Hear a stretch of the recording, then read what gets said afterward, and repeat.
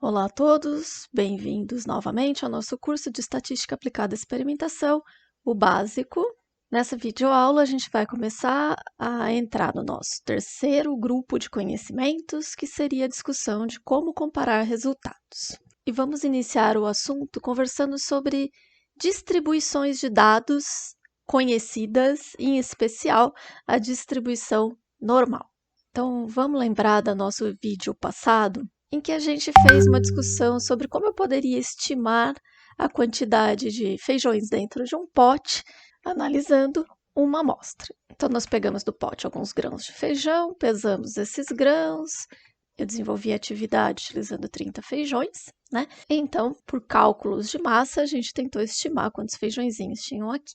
Mas na videoaula de hoje a gente vai voltar um pouquinho para ir construindo um pouco melhor alguns conceitos que a gente precisa para entender bem o que é o intervalo de confiança. Então vamos pegar essa amostra que eu tirei, né? Esses 30 feijõezinhos em que eu tirei a massa, e vamos plotar a distribuição do peso dos grãos. Vamos lembrar das nossas videoaulas passadas que quando eu faço um gráfico de distribuição de uma variável qualquer, eu estou colocando no eixo X o valor da variável e no meu eixo Y eu coloco a densidade ou a probabilidade de ocorrência, né, ou a frequência com que tal observação foi realizada, tá?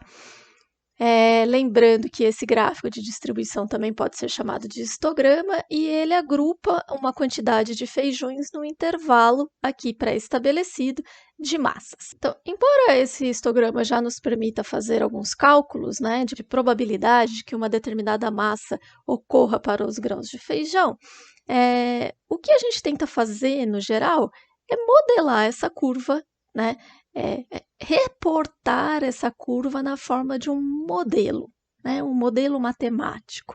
Então, eu tento traduzir esses dados que estão nas minhas barras para uma equaçãozinha matemática. E essa equação matemática é o que a gente chama de função densidade de probabilidade. Então, similar ao que a gente fazia quando buscávamos uma regressão linear, o que eu estou tentando fazer aqui é modelar os meus dados, no entanto, relacionando a frequência com que eu observo cada valor assumido pela variável, ok? Então, vamos dar uma olhadinha nessa função densidade de probabilidade, o que ela seria em si. É uma curva que descreve o padrão geral de uma distribuição. Transformo os meus dados num modelinho matemático, ok? A área sob a curva é a proporção de todas as observações que caem no intervalo, ou seja, é exatamente igual a 1, ou 100%. O que eu estou querendo dizer aqui é que todos os meus dados estão cobertos por essa função densidade de probabilidade. A área sobre ela, se eu somar todas as probabilidades para cada um dos valores da variável, a gente vai chegar aí no total, que é 1. Né? A chance de eu observar todas aquelas massas é de 100%, né? 1. Então, a área total abaixo da curva, ela é 1. A área da curva de densidade acima de qualquer faixa de valores é proporcional a todas as observações que caem naquele intervalo. Então, da mesma forma que eu tenho o conceito, né, de que a área total embaixo de uma curva vale 100% ou vale 1, se eu separar um pedaço dessa área, né, eu quiser saber apenas a probabilidade de ocorrência de números maiores do que um determinado valor ou menores do que um determinado valor, o que acontece é que essa área ela é proporcional ao número de observações que eu tenho lá dentro. É importante a gente ter em mente que a função densidade de probabilidade ela não vai descrever exatamente a distribuição dos nossos dados. Isso é muito difícil de ocorrer, né? Mas ela apresenta uma grande precisão para aplicação na prática, para a gente aplicar no dia a dia de forma rápida, né? Prática, útil, sem ter aí um monte de trabalho para se fazer experimentação ou observações a campo. Tá? Isso é normal, né? Para a maioria dos modelos ocorre. Lembra, eu fiz o mesmo comentário quando eu estava explicando para vocês regressão linear. Né? A regressão linear ela não representa exatamente todas as nossas observações. Eu tenho resíduos, né? Eu tenho falhas ao construir o modelo. E aqui não é diferente. Nós temos em alguns valores da variável da variável dados que estão acima do meu modelo, para outros dados que ficaram abaixo do modelo. Dessa forma, ele não descreve exatamente, mas é uma boa aproximação, tá? Vamos trabalhar com um exemplo que eu retirei lá do livro do Moore, em que eu tenho a seguinte informação. Eu tenho uma curva das notas, né, da pontuação obtida pelos alunos na prova de vocabulário do teste de Iowa, certo? Então, a distribuição dos dados são essas barras. E aí, nesse mesmo gráfico, né, foi traçada aqui uma função densidade de probabilidade para tentar descrever esses dados. E aí, se eu quiser verificar quantos por cento, ou com que frequência, né, qual a chance dos alunos tirarem notas inferiores a 6 nesse teste de vocabulário, eu posso vir aqui somar abaixo do valor 6. Né? Então, se nós fizermos a soma dessas frequências, nós vamos chegar aqui. A proporção de alunos, ou a quantidade de alunos, ou a frequência com que ocorrem notas menores do que 6 no conjunto real é de 0,303, ou 30,3%. Tá? Então, somando todas essas frequências, a gente vai identificar aí que 30,3% dos alunos tiram notas abaixo de 6 nesse exame. Se eu for fazer a estimativa por esse modelo matemático, por essa função densidade de probabilidade que eu tracei aqui para os meus dados, o que eu vou fazer é integrar toda a área abaixo de 6, né? Então, seleciono a área, integro a equação matemática. Lembra que toda vez que eu faço uma integral, o que eu estou fazendo é calculando a área abaixo da curva. Então, eu determino toda essa área abaixo da curva e eu chego que a proporção dos scores menores do que 6 pela curva de densidade é de 0,293, ou 29,3%. Então, veja, são valores muito próximos, né? E provavelmente aqui, a título de informação, vale a pena a gente usar esse modelo matemático para se fazer cálculos diversos aí a respeito dessa variável. E aí vem a dica, né? Quanto maior a quantidade de observações utilizadas para construir a curva de densidade, maior será a proximidade da curva de densidade do conjunto real de observações. Então, é o que eu sempre venho falando. Quanto maior, melhor. Acho que já é a terceira ou quarta vez que eu mostro essa figura para vocês, em que o que a gente está fazendo aqui, nessas distribuições de frequência, ou nesses histogramas, é aumentando o tamanho da amostra. Então, veja que aqui eu tenho 5 amostras, aqui eu tenho 10, 20, 160, 1280. E conforme a gente foi aumentando a quantidade de observações para gerar essa curva, né, de densidade de probabilidade, mais próximo os meus dados reais estavam da curva, né? Então, lembre-se, quanto maior a amostra, mais fácil será modelá-la, especialmente modelá-la para funções densidade de probabilidade conhecidas, né? Que a gente já tem aí informações suficientes, né, e bem disponíveis para a gente poder trabalhar os nossos dados. Entre essas funções densidade de probabilidade conhecidas, que existem várias, eu vou começar conversando com vocês sobre duas, né, que seria a distribuição binomial e a distribuição normal. Ao longo do curso, nós veremos várias outras, ok? Então, a distribuição binomial, ela é uma distribuição que se aplica a variáveis discretas, ok? Discretas. Basicamente, a gente trabalha com 2 parâmetros para conseguir representá-la. A probabilidade de sucesso nas minhas observações e o número de repetições. Então, toda função densidade de probabilidade binomial vai ser reportada ou relatada por um B, entre parênteses, os 2 parâmetros que as descrevem. Na verdade, depois a gente vai ver que tem mais um, tá? Mas basicamente seria o número de amostra e o P, que seria a probabilidade de sucesso nas minhas observações.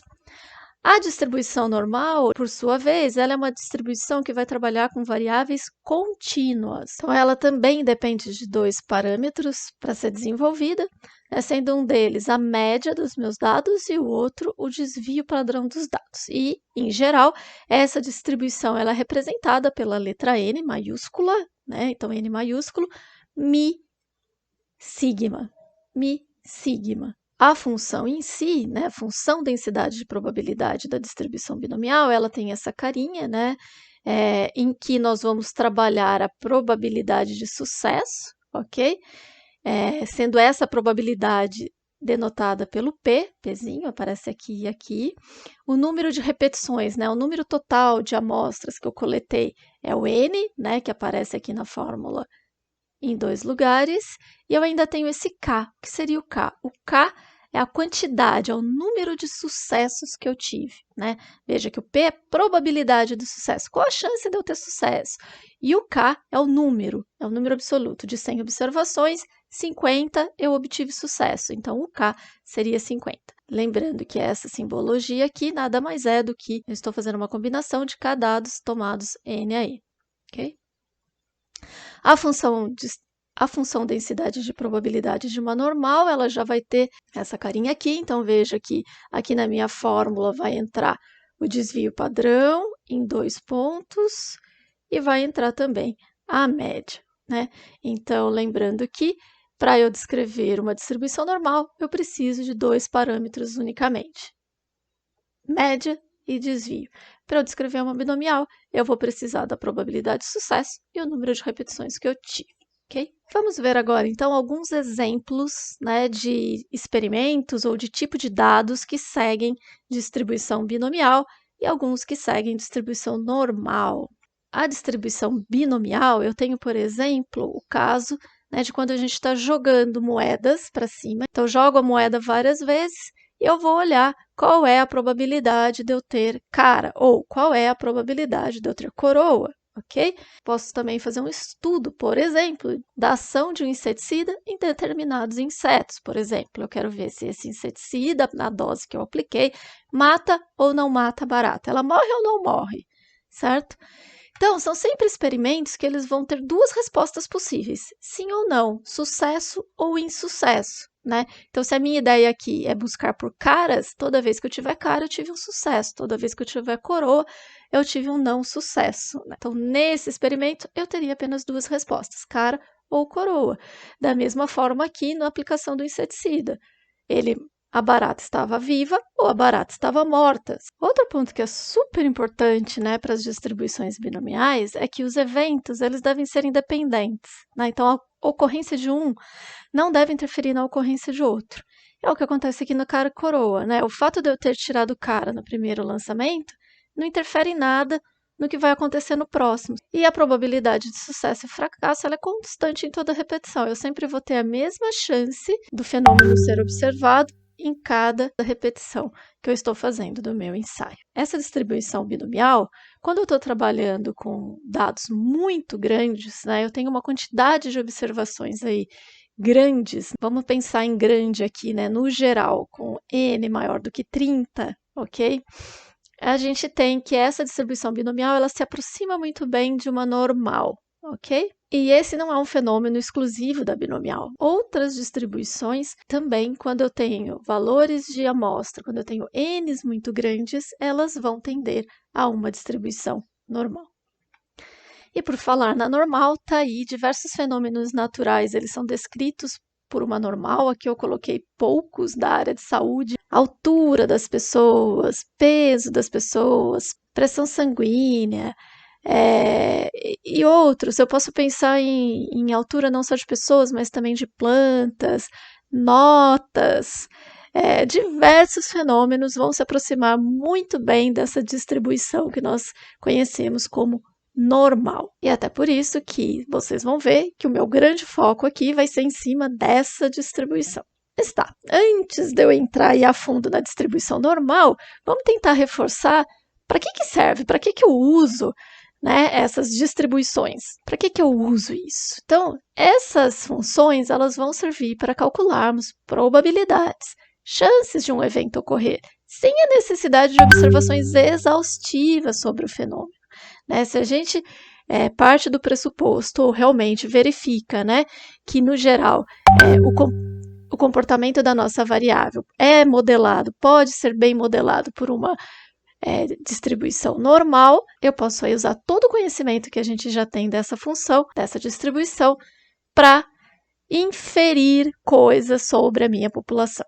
As funções de distribuições de probabilidade, elas são a base da estatística probabilística paramétrica, tá? Então, estatística probabilística, aquela que se baseia, que trabalha com probabilidade de um evento ocorrer, e veja que toda vez que eu falo da distribuição de probabilidade, eu falo que aqui nesse eixo Y a gente tem frequência, ou probabilidade, chance de ocorrer. Então, estatística probabilística. E paramétrica, porque a gente vai trabalhar com estatísticas, com parâmetros que representam nossos dados, em geral, média e desvio padrão. Então, entrando agora um pouco mais a fundo, né, vamos explorar aí a distribuição normal, porque realmente diversos testes que nós vamos fazer aqui nesse curso, nós vamos partir do pressuposto que nós temos distribuições normais, ou que, no caso de modelos, que os nossos resíduos são normais. Então, nós vamos usar bastante a distribuição normal. Ela é muito utilizada na estatística probabilística paramétrica, tá? Então, vamos relembrar. A função densidade de probabilidade de uma normal, ela é dada por essa equaçãozinha, certo? Em que nós temos aqui como modificadores ou como determinantes dela, desvio padrão, tá aqui, e a média dos meus dados. Então, dessa forma, nós precisamos de apenas 2 parâmetros para descrever a nossa distribuição. Aí vamos olhar aqui esse gráfico. Nesse gráfico eu tenho aqui no eixo Y a função densidade de probabilidade, então meu f de x, e aqui no eixo x a variável x. E aí, dessas 4 curvas, qual delas será que é normal? Bom, a chance de vocês já terem ouvido falar de uma distribuição normal é grande, porque em geral ela é abordada também, mesmo no ensino médio, né? A gente muitas vezes trata como uma gaussiana. Então, vamos tentar puxá-la pela memória e tentar identificar qual dessas seria normal. Na verdade, aqui todas essas distribuições são normais, né? O que muda de uma para outra? Por que a forma delas é tão diferente, sendo que todas seguem essa função? O que muda é justamente os valores dos nossos 2 parâmetros importantes para a determinação dessa função, que são a média e o desvio padrão. Né? No caso aqui da minha imagem, eu estou representando em termos de variância e não de desvio, ok? Lembrando que o desvio é a raiz quadrada da variância. Então, vamos lá, vamos olhar aqui essa curva azul. Ela tem um pico bem alto, mas ela está centrada no zero. Por quê? Porque a média dela é zero. Lembra que toda distribuição simétrica, a sua média está justamente no ponto de simetria. E ela tem aqui uma variância de 0,2, uma variância relativamente pequena. Quando eu vou para a curva vermelha, né? A curva vermelha a gente observa que ela também está centrada, né? O pico dela está centrado no zero, ou seja, ela também tem média zero.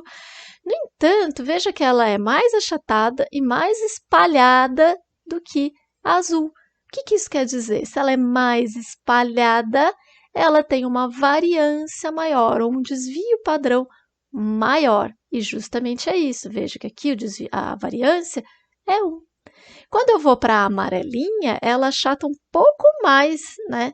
Embora ela continue centrada no ponto zero, ela achata um pouco mais. Por quê? Porque eu aumentei ainda mais a variância. Então, veja aqui, azul, vermelho e amarela, as 3 têm a mesma média, 0. Então, a curva está centrada no zero, ok?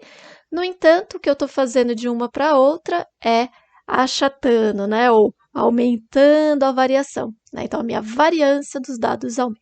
E qual que é a diferença delas para essa curva verde? Veja que na curva verde, o que acontece de diferente, além da variância ser aqui intermediária entre a curva azul e a vermelha, é que a minha média não está mais no zero, mas sim no -2, né? Então, a média dessa distribuição está aqui no -2, mas todas elas são normais. Então, de forma geral, uma normal, ela vai ser sempre simétrica. Ela vai ter sempre um único pico, certo? Ela é unimodal. E ela tem essa forma, né, de sino, característica do que a gente chamava de gaussiana lá no ensino médio, lembra? Tá? Então, ela tem esse formato característico, que é o formato de sino. É a única que vai ter esse formatinho com essa cara? Não, vão ter algumas similares, tá? Mas é isso aqui. Mas isso aqui é bem característico de uma normal. Então, a normal vai ser sempre caracterizada pela média e pelo desvio padrão dos meus dados. Veja aqui a importância desses dois parâmetros, que quando a gente os modifica, eu tenho modificações nessa função. E a mediana e a média, elas são coincidentes. E eu diria mais, eu diria que a moda também, moda, mediana e média são coincidentes com o centro da curva, né? Ou seja, com a linha de simetria da curva, o que a gente já havia estudado para distribuições simétricas no geral. Lembrando que a gente sempre vai representar a distribuição de dados que seguem uma distribuição normal como sendo, né, meus dados, minha variável x, ela é aproximadamente, lembra, porque o que a gente está fazendo aqui é modelando, então dificilmente ela vai ser idêntica, mas ela vai ser aproximadamente normal com média μ e desvio sigma. E a distribuição normal, ela tem algumas características que são bem interessantes, que vão se aplicar para qualquer distribuição normal, independente do valor de μ e de sigma que ela tenha, né? Então, todas as distribuições normais vão seguir o que eu vou mostrar para vocês aqui agora. Então, olha lá, se eu tomar aqui uma área abaixo dessa curva normal, compreenda o espaço entre a média menos um desvio padrão e a média mais um desvio padrão, eu sei, pela característica da distribuição normal,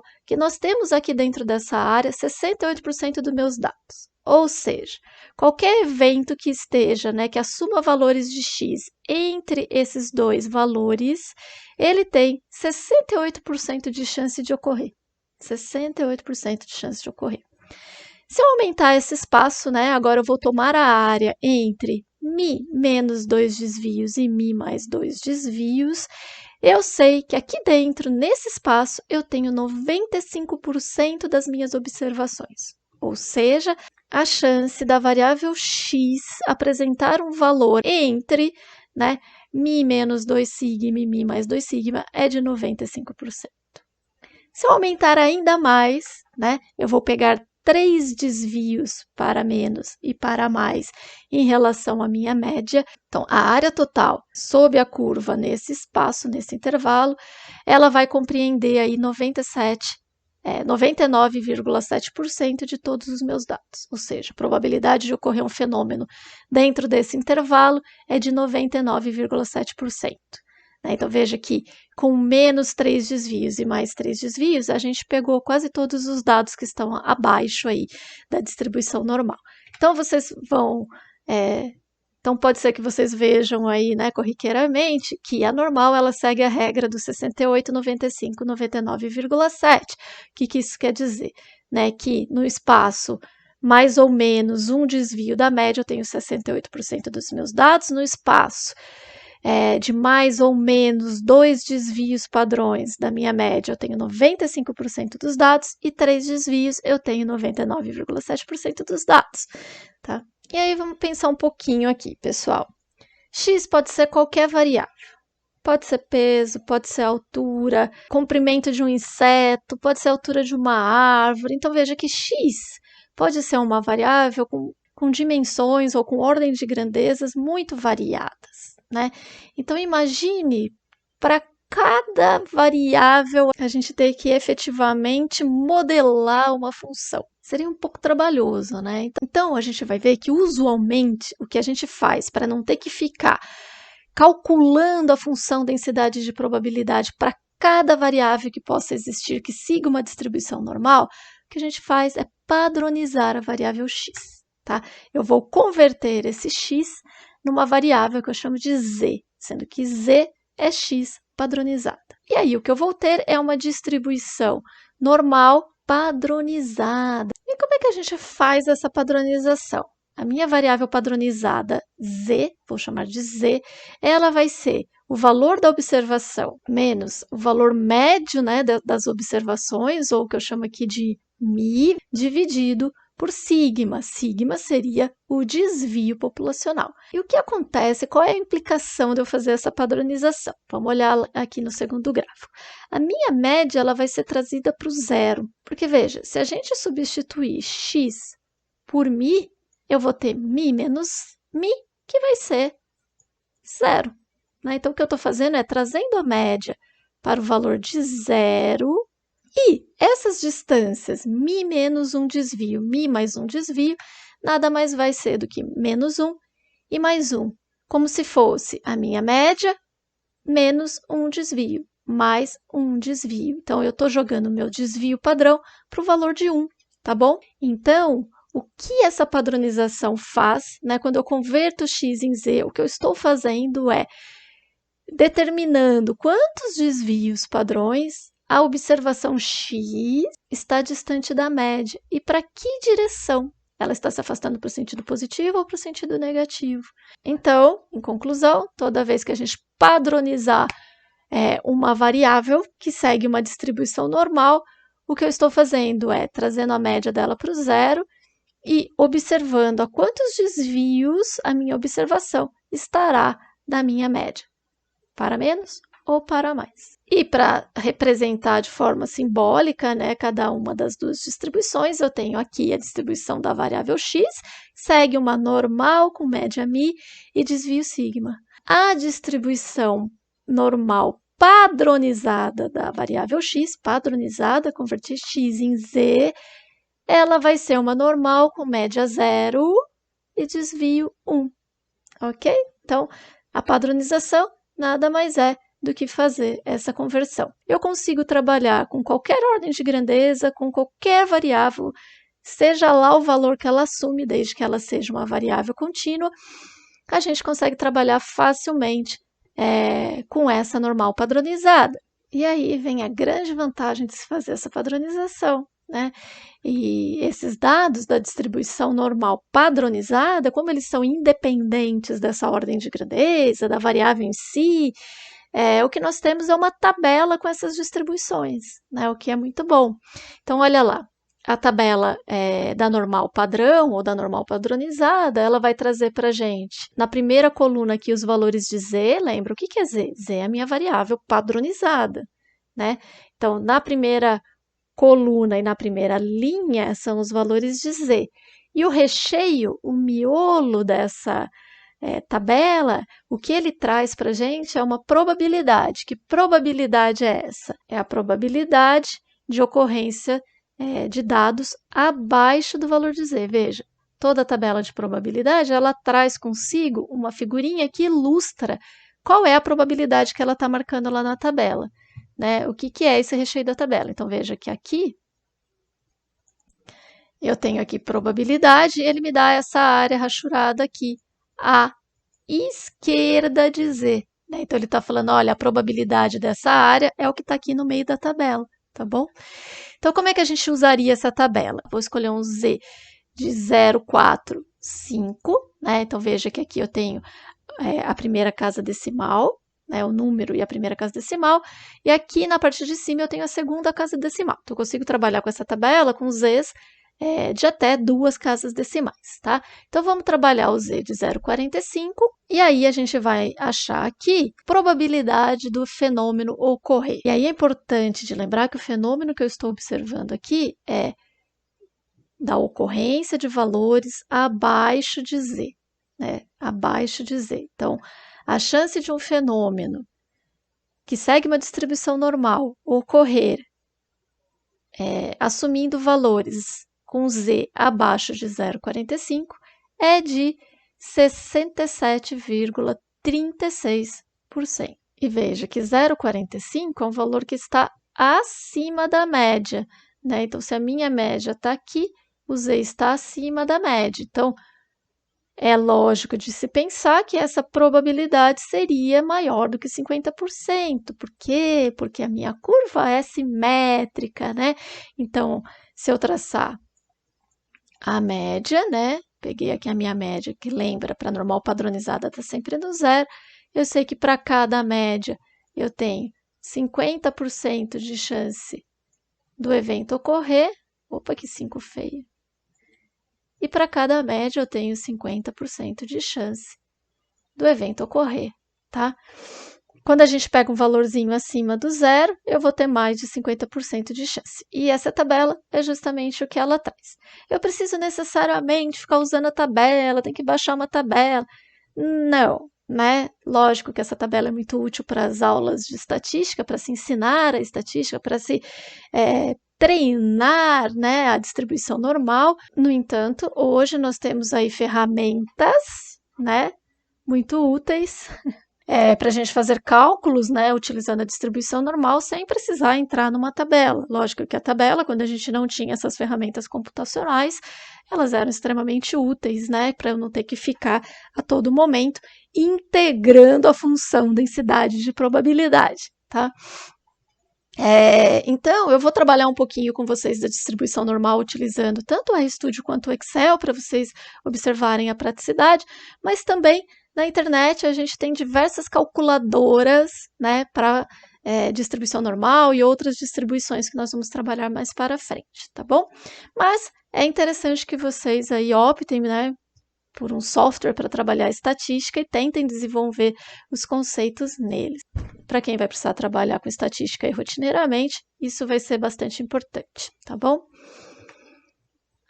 Por fim, vamos lembrar qual que é a área total sob essa curvinha da distribuição normal, seja ela padronizada ou não padronizada. Qual é a área total sob a curva? A área total sobre a curva sempre vai ser 1. 100% das minhas observações estão aqui embaixo, tá bom? No entanto, matematicamente, como essa função densidade de probabilidade é uma gaussiana, né? Ela nunca ela vai tocar o eixo x efetivamente, tá? Mas ela chega muito próximo disso. Já acima de 4 desvios padrões da média, a gente já está com praticamente 100% dos dados ali descritos, tá bom? Então, essa videoaula era isso. Espero que tenham entendido um pouquinho da distribuição normal. Nós vamos praticar fazendo alguns exercícios para clarear a ideia de como ela funciona na cabeça, tá bom? Então, até o próximo vídeo.